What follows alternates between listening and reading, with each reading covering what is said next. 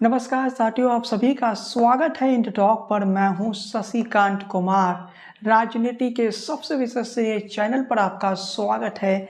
JDU और BJP के बीच जो सीट शेयरिंग हो रहा है, जेडीयू और बीजेपी के बीच जो सीटों का शेयर हो रहा है, उसमें कहीं ना कहीं एक लड़ाई देखने को मिल रही है। जेडीयू अपने जीते हुए सीट को छोड़ना नहीं चाहता है किसी भी कीमत पे। वहीं बीजेपी कह रहा है कि हमें तो सीट चाहिए भागलपुर का, हमें तो सीट चाहिए कटिहार का। एक और जगह का नाम है जहां पर बीजेपी को सीट चाहिए। बीजेपी इस बार 20 से 22 सीटों तक लड़ना चाहता है। उसे जेडीयू के आ जाने के बाद बीजेपी ने यह कह दिया कि हम 18 से 20 सीटों पर लड़े। सामने आ रही है जो सूत्रों के हवाले से खबर सामने आ रही, बीजेपी इस बार 11 सीटों का डिमांड कर रहा है। 22 सीटें तो आप मान लीजिए कि बीजेपी लड़ना चाहता है, जबकि जेडीयू को महज 12 सीटें और ज़्यादा से ज़्यादा जेडीयू को 15 सीटें देने को बीजेपी तैयार है। और उन 15 सीटों में जो जेडीयू को मिलने वाला है उसमें किशनगंज भी शामिल। तो जेडीयू ये मान के चल रहा है किशनगंज तो वो हार चुके हैं, किशनगंज में जेडीयू का जितना या एनडीए के प्रत्याशी का जीतने का कोई उम्मीद नहीं है। जब हम लोकसभा चुनाव पर बात कर रहे हैं तो लोकसभा चुनाव पर सबसे विश्वसनीय पुस्तक पर आते हैं 2024 की रणभूमि, जो कि इस लोकसभा चुनाव पर सबसे विश्वसनीय पुस्तक है। कई सारे मेरे पास फीडबैक आए और उन फीडबैक के अनुसार भी लोगों ने इस किताब की काफ़ी प्रशंसा की। तो आप भी अगर इस पुस्तक को लेना चाहते हैं तो अमेजोन पर जाइए, शशिकांत कुमार सर्च कीजिए और 24 की रणभूमि के इस बुक को ऑर्डर कर सकते हैं। अमेजोन पर फ्री डिलीवरी का ऑफर चल रहा है, लगभग समाप्ति की ओर है। इसके अलावा आपको और भी जानकारी देना चाहता हूँ साथियों, फ्लिपकार्ट पर भी आप शशिकांत कुमार सर्च कर सकते हैं और फ्लिपकार्ट से भी बुक ऑर्डर कर सकते हैं। अब हम आते हैं अपने विश्लेषण पर और सबसे बड़ी विश्लेषण करते हैं। एक पोस्ट की थी इन टॉक पर भी किया था अपने सोशल मीडिया आईडी पर कि 18 से 20 सीटें बीजेपी मांग रही है, लेकिन असल कहानी है कि बीजेपी को 22 सीटों पर लड़ना है। बीजेपी कम से कम 20 सीटों पर चुनाव लड़ना चाहता है और ज़्यादा से ज़्यादा 22 सीटों पर। ऐसा क्यों? तो इसके पीछे का एक बड़ा कारण है 370। नरेंद्र मोदी जी जब संसद में कह देते हैं कि वो 370 सीटें इस बार बीजेपी का आने वाला है, तो बीजेपी को उसी 370 सीटों के लक्ष्य में कहीं ना कहीं नरेंद्र मोदी बिहार जैसे राज्य जो कि हिंदुत्व का एक प्रयोगशाला है, वहाँ जेडीयू को ज़्यादा सीटें देने के पक्ष में ही नहीं है। और दूसरी वजह यह है कि जो बीजेपी का सर्वे है, जो इंट्रेंस सर्वे हो रहा है, उस इंट्रेंस सर्वे में ये बात सामने आई कि जिन सीटों पर जेडीयू के प्रत्याशी होंगे वहाँ जनता ज़्यादा गुस्सा में है और जनता जेडीयू के प्रत्याशी को कहीं ना कहीं वोट देना नहीं चाहते। उदाहरण के तौर पर कटिहार लोकसभा सीट का हम उदाहरण ले लेते हैं। कटिहार लोकसभा सीट में बीजेपी के जो कुल वोटर है 4.5 लाख, उसमें 1.5 लाख वोटर जेडीयू के ऐड हो जाते हैं, तो उसके बाद एक नई जीत का समीकरण बन जाता है। लेकिन इस बार जो कटिहार लोकसभा सीट का समीकरण रहेगा, जो भी प्रत्याशी इस बार कटिहार लोकसभा सीट से जीतेगा उसे कम से कम 60 लाख वोट चाहिए और total vote Katihar Lok Sabha seat का जो है 17 से 18 लाख हो सकता है। तो बीजेपी को कटिहार क्यों चाहिए, बीजेपी कटिहार से क्यों लड़ना चाहता है?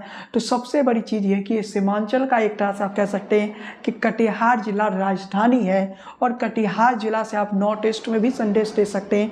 कटिहार जिला जो है अगर आप देखेंगे तो काफ़ी महत्वपूर्ण हो जाता है सीमांचल में। और इसके अलावा कटिहार बीजेपी का किला है और बीजेपी चाहता है कि उसका किला कोई और ना ले जाए, उसके किले पर जेडीयू फसल ना काट ले।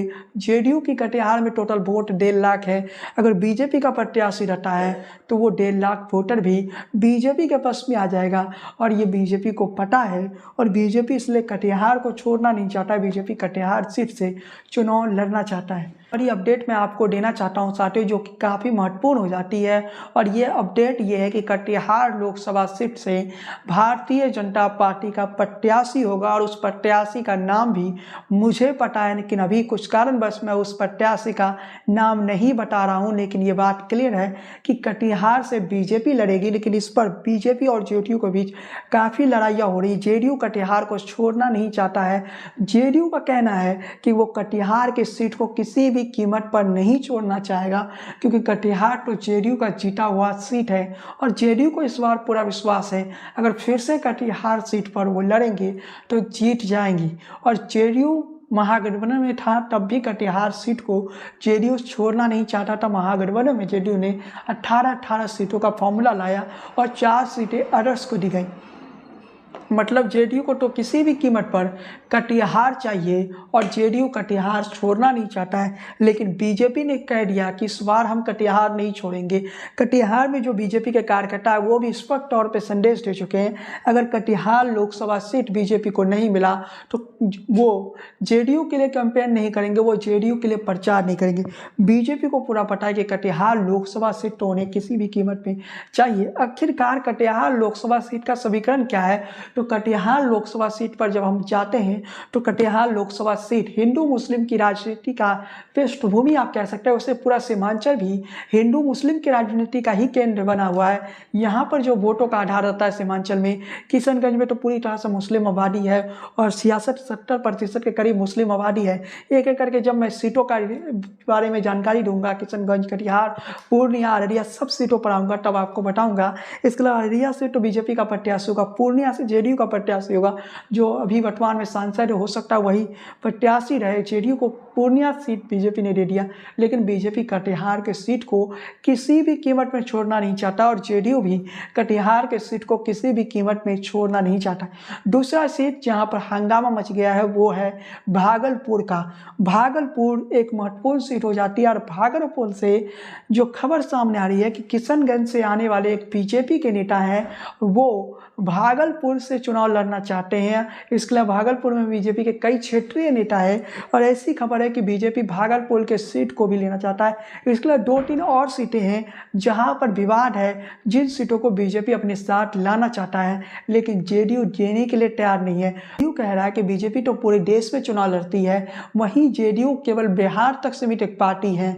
जेडीयू चाहता है कि बीजेपी कम से कम जेडीयू को पिछली बार की तरह सम्मानजनक सीटें दे। पिछली बार जैसे जेडीयू को 17 सीटें मिल गया था, कुछ उसी तरीके से जेडीयू को इस बार भी मिले, लेकिन बीजेपी ने साफ तौर पर इनकार कर दिया। बीजेपी ने मना कर दिया और बीजेपी ने जेडीयू के इन बातों को मानने से साफ तौर पर इनकार कर दिया। एक बड़ी अपडेट मैं दे देना चाहता हूँ कि नीतीश कुमार जब प्रधानमंत्री से मुलाकात करते हैं तो प्रधानमंत्री नरेंद्र मोदी ने भी कह दिया, इस बार आपकी नहीं चलेगी नीतीश जी, इस बार जो सीटों का मामला होगा वो बीजेपी डिसाइड करेगा। और उसकी वजह भी जेडीयू खुद है। जब पिछली बार जेडीयू की सीटें ज़्यादा आ गया था तो जेडीयू ने कहा कि सीटों के आधार पर फॉर्मूला तय होगा। और उस वक्त जेडीयू ने बीजेपी को 22 सीटें, बीजेपी 22 सीटों पर चुनाव जीती थी, जेडीयू ने बीजेपी को 17 सीटों पर ला दिया। अब एक बार फिर से बीजेपी की बारी है और बीजेपी ने स्पष्ट कर दिया कि वो 22 सीटों पर चुनाव लड़ेगी। इसके अलावा एनडीए का जो सहयोगी दल है, एनडीए के सहयोगी दल को भी जो सीटें दी जाएगी वो जेडीयू के सीटों को कम करके दिया जाएगा। ये बातें जेडीयू को तभी बता दिया गया था जब नीतीश कुमार पलटी मारे थे। अब नीतीश के पास कोई वजह नहीं बचा है कि नीतीश ये कह दे कि सीटों की फॉर्मूला में बीजेपी ने नाइंसाफ़ी कर रहा है या बीजेपी सीट देना नहीं चाहता है। अब नीतीश के पास कोई विकल्प नहीं बचा है साथियों।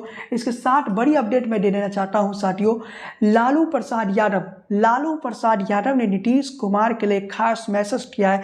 सुनिए लालू प्रसाद यादव के बातें को और उसके बाद तय कीजिए। फिर मौका देंगे, आएंगे तो अब आएंगे तो देखेंगे। मौका दे सकते। दरवाजा खुला हुआ है नीतीश जी के लिए, क्या खुला ही रहता है दरवाजा में, क्या कर। अपने छोटे भाई नीतीश कुमार को कह दिया है दरवाजा ओपन है, जब चाहे तब आ जाए।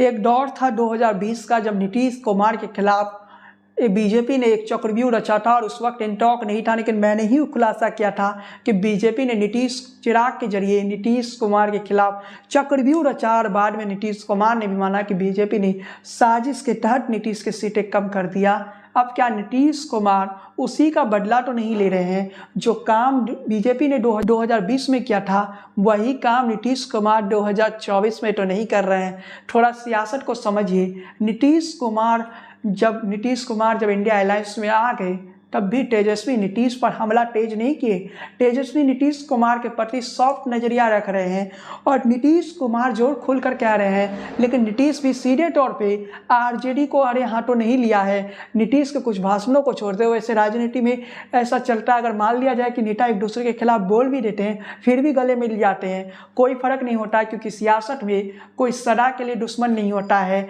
यही तो सियासत की खूबी है। यहाँ जो दुश्मन होते हैं वो कब दोस्त बन जाए ये कोई नहीं जानता है। और राजनीति इसी का नाम है, यहाँ दुश्मन कोई नहीं होता है, यहाँ पर बस सत्ते के फॉर्मूला तय किए जाते हैं, बस सट्टा लाया जाता है, चाहे वो सट्टा किसी भी कीमत पर मिले, यहाँ पर नेता वो करने को तैयार हो जाता है। आज जो दुश्मन है कल को वो दोस्त भी बन सकते हैं। इस और लालू की बातों को रिकॉर्ड करिएगा तो कुछ तो खेल नज़र आ रहा है। क्या नीतीश कुमार 2020 का बदला लेने के लिए 2024 में बीजेपी के साथ मिले हैं? क्योंकि नीतीश को पता है कि नीतीश कुमार से जनता नाराज है। नीतीश कुमार जो बार बार पलटी मारते हैं उससे जनता में गहरी नाराजगी है और नीतीश को ये बातें पता है। जब मैं अंदरूनी सर्वे की रिपोर्ट देख रहा था, विभिन्न जगहों की अंदरूनी सर्वे की रिपोर्ट, तो उसमें पता चला जिन सीटों से जेडीयू चुनाव लड़ रही है ना, वहाँ की स्थिति काफ़ी ख़राब है। जेडीयू को कम से कम 5 से 6 सीटों की लॉस हो सकती है, ऐसी परिस्थिति बन जाएगी। क्योंकि लोगों में गुस्सा है, लोग कह रहे हैं कि जेडीयू को हम वोट नहीं देंगे। ये स्थिति आज बिहार की बन गई है और कहीं ना कहीं इसके लिए नीतीश कुमार जिम्मेदार हैं। लेकिन दूसरा पहलू ये भी है कि जब नरेंद्र मोदी की लहर चलेगी, जब नरेंद्र मोदी ही मुख्य केंद्र बन जाएंगे, तब जेडीयू का प्रत्याशी हो या फिर बीजेपी का प्रत्याशी हो, इससे फ़र्क क्या पड़ता है। जो भी प्रत्याशी है उसे जनता वोट करेगी। लेकिन यहाँ पर कहानी ये है कि कुछ सीटों के लिए मतभेद है और इन सीटों की जो कहानियाँ हैं ये आगे चलकर सियासत को बदल सकती है। इन सीटों से एक नई सियासत की फसलें काटी जाएगी। और वो सीट कौन से हैं तो गौर कर लीजिए, कटिहार लोकसभा सीट, भागलपुर लोकसभा सीट और भी 2-3 लोकसभा सीट है जहां पर मतभेद है बीजेपी और जेडीयू के बीच। खबर है कि इन सीटों पर बीजेपी लड़ना चाहती है। बीजेपी 22 सीटों पर इस बार लड़ना चाहती है। 22 सीटें पर बीजेपी 22 सीटों को 2014 में जीती थी और बीजेपी को ऐसा लग रहा है कि जेडीयू को ज़्यादा सीटें देने का मतलब है कि बीजेपी अपना नुकसान करवा लेगी। जेडीयू का कोई भरोसा नहीं, कब पलट जाए इसके खिलाफ। मई 2024 के बाद बीजेपी का नया प्लान है कि जेडीयू को समाप्त करना है और जेडीयू को समाप्त करने के लिए किसी भी तरीके से नीतीश कुमार के पार्टी को, विधायकों को तोड़कर बिहार में बीजेपी की सरकार बनाना है। इसलिए लालू प्रसाद यादव ने आज कह दिया कि दरवाज़ा खुला है, क्योंकि लालू प्रसाद यादव एक मजे हुए राजनेता है। उन्हें पता है कि नीतीश कुमार को जरूरत पड़ेगा और नीतीश कुमार लालू प्रसाद यादव के पास फिर से लौटेंगे, चाहे परिस्थिति कैसा रहे। और ये भी आपको बता देते, लालू प्रसाद यादव को ये पता है कि मई 2024 के बाद बीजेपी कुछ ना कुछ खेला खेलेगा और नीतीश कुमार का मजबूरी बन जाएगा फिर से पलटी मारने का। लेकिन वहीं बात करें, नीतीश कुमार लगातार विधानसभा भंग करने के बात कर रहे हैं। नीतीश लगातार ये कह रहे हैं कि विधानसभा को भंग किया जाए। और नीतीश कुमार के इन बातों को क्या मानती है बीजेपी? जवाब है बीजेपी नहीं मानी है। बीजेपी ने अभी तक नीतीश के इन बातों को नहीं माना है। इसके साथ ही आपको बताते चले, बीजेपी की जो सीटों की फॉर्मूला तय किया जा रहा है उसमें यह तय किया गया है कि चिराग पासवान को 4 सीटें दी जा सकती है। हिंदुस्तानी अवाम मोर्चा जीतन राम मांझी को 1 सीटें दी जा सकती है या फिर हिंदुस्तानी अवाम मोर्चा को सीटें ना भी दिया जाए। कुशवाहा जी की पार्टी है, उन्हें 1 सीट दिया जा सकता है। इसके अलावा पशुपति पारस जो कि रामविलास पासवान के छोटे भाई हैं, उन्हें भी 1 सीट दिया जा सकता है। मतलब सीटों की फॉर्मूला को अगर हम देखें तो बीजेपी ज़्यादा सीटों पर लड़ेगी, ये मैं स्पष्ट तौर पे बता देना चाहता हूँ। जेडीयू की जो सीटें होगी वो घटेगी इस बार। जेडीयू मान नहीं रहा है, लड़ाई लगातार चल रही है। जो अंदर की खबर हमारे पास सामने आ रही है, बीजेपी और जेडीयू के बीच काफ़ी लड़ाइयाँ चल रही है और बीजेपी से जेडीयू ने साफ कह दिया कि हमें अपना पुराना सीट रिटर्न चाहिए, 17 सीटें चाहिए। लेकिन बीजेपी ये सुनने को तैयार नहीं है। कहानी यहीं से पलटी मार सकते हैं। नीतीश कुमार पलटी मारने का रिकॉर्ड है, लेकिन अभी 1 महीना का भी नहीं हुआ, एक महीना भी इस सरकार का नहीं हुआ। लेकिन अब नीतीश कुमार के पास शायद वो विकल्प नहीं बचा है। लेकिन नीतीश है कब सरप्राइज दे रहे कोई भरोसा नहीं। लेकिन नीतीश ने स्पष्ट कर दिया, जो सूत्रों के हवाले से आज के लेटेस्ट अपडेट मेरे पास आई है कि नीतीश कुमार ने स्पष्ट कर दिया बीजेपी को, भले हमारे विधायक कम हुए हैं लेकिन हम उतने ही सीटों पर लड़ेंगे जितने सीटों पर पहले लड़े। और बीजेपी की तरफ से कह दिया गया कि कटिहार और भागलपुर का सीट हम किसी भी कीमत पर नहीं देंगे। इसके अलावा एक और 2 सीट है जिसे बीजेपी नहीं देना चाहता है। और बीजेपी के कार्यकर्ताओं में भी गहरी नाराजगी है कि जेडीयू जब तीसरे नंबर की पार्टी है तो उसे हम ज़्यादा सीटें कैसे दे सकते हैं। सियासत की जो ये कहानी है ना, आगे चलकर कुछ बड़ा हो सकता है। और मैं बार बार कहता हूँ, सियासत में कोई सदा के लिए दुश्मन नहीं होता है। यहाँ जो एक दूसरे से लड़ते नजर आते हैं वो कब कब दोस्त बन जाए ये कोई नहीं जानता है, और ये परिस्थिति भी हो सकती है जब आप समझ सकते हैं कि जब कांग्रेस के नेता बीजेपी में शामिल हो सकते हैं तो बाकी क्षेत्रीय दलों की क्या वजूद है। यहाँ पर कभी भी कुछ भी हो सकता है, खेल कभी भी पलटा जा सकता है। इंडिया अलायंस की तरफ से भी नीतीश कुमार के स्वागत के लिए दरवाजे खोल के रखे गए हैं कि नीतीश आ जाए, लेकिन इंडिया अलायंस को भी मैं कह देता हूँ और एनडीए को भी कह देता हूँ, अब नीतीश कुमार वो नीतीश कुमार नहीं है जिस नीतीश कुमार पर मैं चर्चा करता था, जिस नीतीश कुमार के लिए मैंने खुद कह दिया था कि 15% वोट बैंक है, लेकिन अब वो नीतीश कुमार नहीं है। एक दो बार पलटी मार लिए तो वो चलता है, लेकिन नीतीश ने भी अब हद कर दिया सियासत में। अब मेरे जैसे विश्लेषक भी यही कहेंगे, शायद नीतीश कुमार अपने सियासत की अंतिम पारी खेल रहे हैं। यहाँ से नीतीश कुमार का जेडीयू समाप्ति के कगार पे पहुंच चुका है। जेडीयू को मई के बाद बीजेपी समाप्त कर देगा या फिर 2025 में बिहार की जनता ही जेडीयू नामक इस पार्टी को समाप्त कर देगी, क्योंकि इस पार्टी का अब कोई वजूद नहीं बचा है। इस देश में कई राजनीतिक दल आए हैं और कई राजनीतिक दल चले गए हैं। ये बात नीतीश कुमार को भी रखना चाहिए कि जो भरोसा है, जो उनका भरोसा था नीतीश कुमार के चेहरे पर, अब वो भरोसा कहीं ना कहीं जनता में चला गया। अब नीतीश कुमार बोलते रहे, दिन भर बोलते रहे, अब कहीं नहीं जाएंगे, लेकिन अब कोई नीतीश के बात को मानने को तैयार नहीं है। यहाँ तक कि बीजेपी के नेताओं से मेरी बात हुई, वो भी कहते हैं कि नीतीश कुमार का भरोसा नहीं है, इसलिए हम ज़्यादा सीटों पर लड़ रहे हैं, क्योंकि बीजेपी को भी पता है कि नीतीश कुमार अब उस लायक नहीं बचे, या नीतीश कुमार उस स्थिति में अब नहीं है कि नीतीश कुमार को आप ये कह दे कि कल नीतीश कुमार पलटी ना मार जाए। कभी भी कुछ भी हो सकता है, और ये सियासत में, ऐसे भी सियासत में कोई दोस्त या दुश्मन सदा के लिए नहीं होता है। सब यहाँ पर राजनीति करते हैं, दिखाते जो रहे कि हम लड़ाई कर रहे हैं, हम लड़ रहे हैं, लेकिन आम जनता भले लड़ ले राजनीतिक दलों के लिए, लेकिन ये नेता एक दूसरे से कभी नहीं लड़ते। इन नेताओं को पता होता है कब पलटी मारना है, कब किसके साथ जाना है। यही तो राजनीति का खेल है। खैर साथियों, राजनीति के इस खेल पर हम जारी रखेंगे, और मोदी जी को 370 सीटें ही क्यों चाहिए, इस पर मैं कल के वीडियो में बात करूँगा। आज के इस वीडियो में बस इतना ही। चैनल पर पहली बार आए तो सब्सक्राइब वाला बटन दबा दीजिए, बेल आइकन की घंटी को बजाना बिल्कुल न भूलिए, फेसबुक पेज को फॉलो कीजिए, लाइक कीजिए। चैनल रहिए टॉक के साथ। जय हिंद, वंदे मातरम।